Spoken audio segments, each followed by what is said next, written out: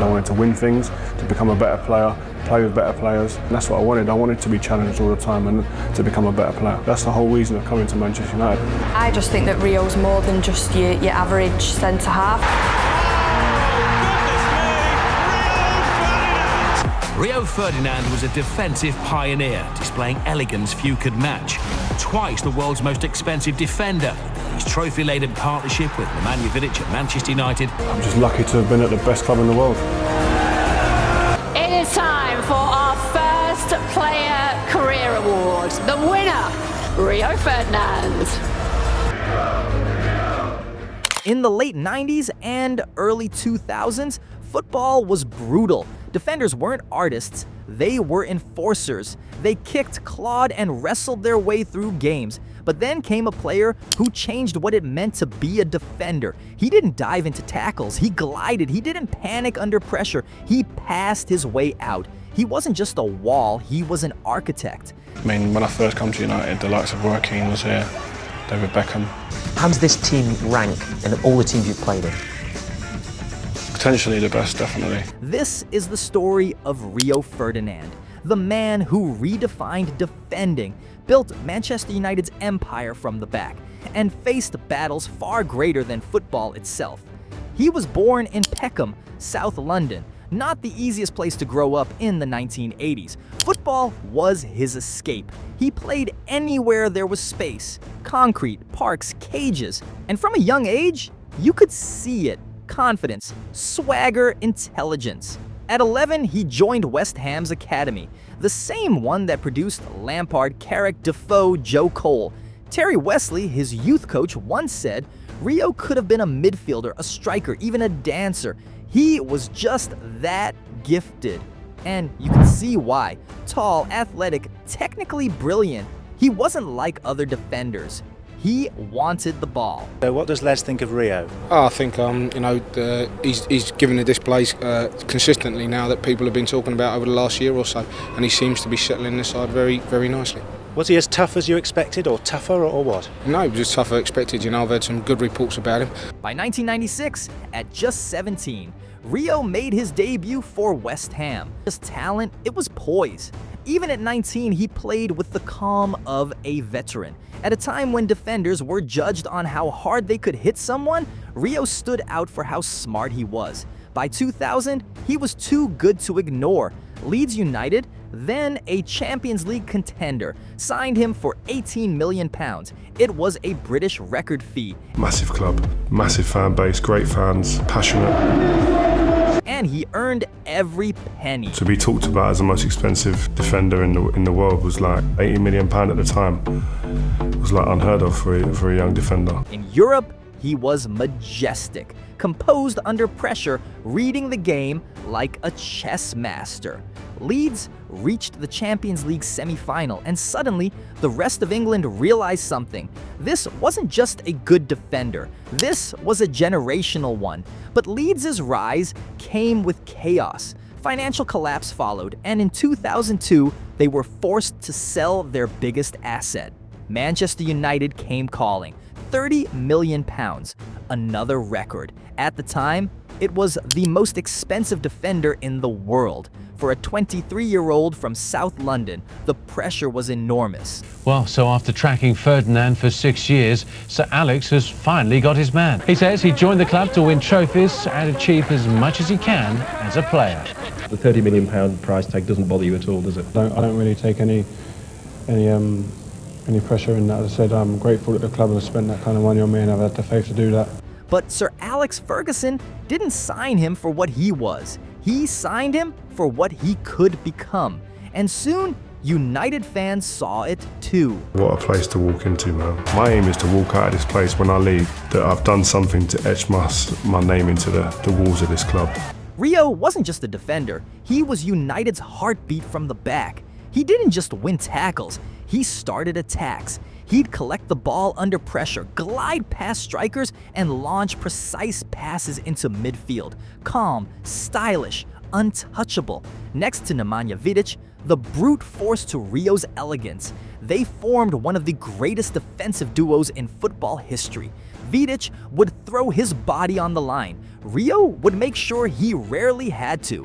You're just lucky sometimes to fall into the position where you're with a certain person, like Vida said, who understands the game as well as you do and are on the same wavelength. With a partner, you want someone who you can rely on, so I kind of expect him to be in a certain position if I'm in a certain position, and I'll look round and invariably he's there. Together, they built a fortress. But Rio's story wasn't without turbulence. In 2003, he missed a mandatory drug test, not because he failed it, but because he forgot to take it. The FA came down hard. An 8-month ban, public humiliation, headlines questioning his professionalism. It was further decided he would be suspended for a period of 8 months, with effect from Monday, 12th of January 2004, and be fined the sum of £50,000. I can confirm that Rio has the full support of Manchester United and the PFA. For a player at his peak, it was devastating. He was vilified in the media, painted as arrogant, careless, ungrateful. But Rio stayed silent, trained alone, and came back stronger. When he returned, he didn't just win back his place, he won everything. Between 2006 and 2013, Rio Ferdinand was the spine of Manchester United's dominance. 6 Premier League titles, 3 League Cups, a Champions League, a Club World Cup. At their peak, United weren't just winning, they were suffocating teams. And it started with Rio. He was the silent general, marshalling the back line, stepping out, dictating play. While others saw defenders as destroyers, Rio saw them as creators. Ferdinand, away from Nemeth. Here's Henry, now Freddie Ljungberg. Ferdinand in the way for Manchester United. That's a good tackle from Ferdinand. Before John Stones, before Van Dijk, before ball-playing center-backs became fashion, there was Ferdinand. He brought grace to a position built on grit. But it wasn't just what he did on the pitch, it was how he did it. Rio played with elegance, but spoke with bite. He was confident, sometimes cocky, but always professional. Even his rivals respected him. Thierry Henry once said, "He was the defender I hated facing." He didn't bite. He read me. Cristiano Ronaldo called him the captain without the armband. Because that's what he was. The quiet leader, the voice everyone trusted when the game got dark. And yet, for all the glory, Rio's life wasn't without heartbreak. In 2015, 2 years after retiring, tragedy struck. His wife, Rebecca, passed away from cancer. Rio was left alone, raising their 3 children. In interviews, he spoke openly, raw, vulnerable, human. It was a side the football world rarely saw. Those 3 months in hospital before Rebecca passed away were incredibly difficult. You just don't believe that the worst scenario can happen. He said, "Football prepared me for pressure, not for pain." That moment redefined him, not as a player, but as a man. The public who once criticized him saw his strength, his grace, his courage. He became an advocate for mental health, grief awareness, and fatherhood, using his story to help others find hope. Fear, and because you're not prepared for it. But it's the only thing that's guaranteed in your life, that we're all going to die someday. But we don't talk about it, we don't teach anyone. Yeah. My wife passed away, and the mother of my 3 children, which is breaks your soul. But I feel that I probably would have dealt with it a lot better, and my kids would have, if we were taught about this and told that this is going to happen. And it could happen earlier for some people, unfortunately. Looking back, Rio Ferdinand's legacy is often understated. Because his style was so smooth, people forgot how revolutionary it was. Before him, English centre-backs were blood and thunder. Terry Butcher, Tony Adams, John Terry. After him, they were thinkers, technicians, athletes. He changed the DNA of English defending. Watch any modern centre-back, Stones, Maguire, Tomori, even Bellingham when he drops deep, and you'll see echoes of Rio. That composure, that balance between steel and silk. He was a generation ahead of his time. By the time he left Manchester United in 2014, he had played over 450 games and captained both club and country. He also made 81 appearances for England, anchoring their backline through 3 World Cups and countless rivalries. And while he never lifted a major trophy with England, his influence off the pitch, mentoring younger players, standing up against racism, and demanding higher standards made him one of the game's most respected voices.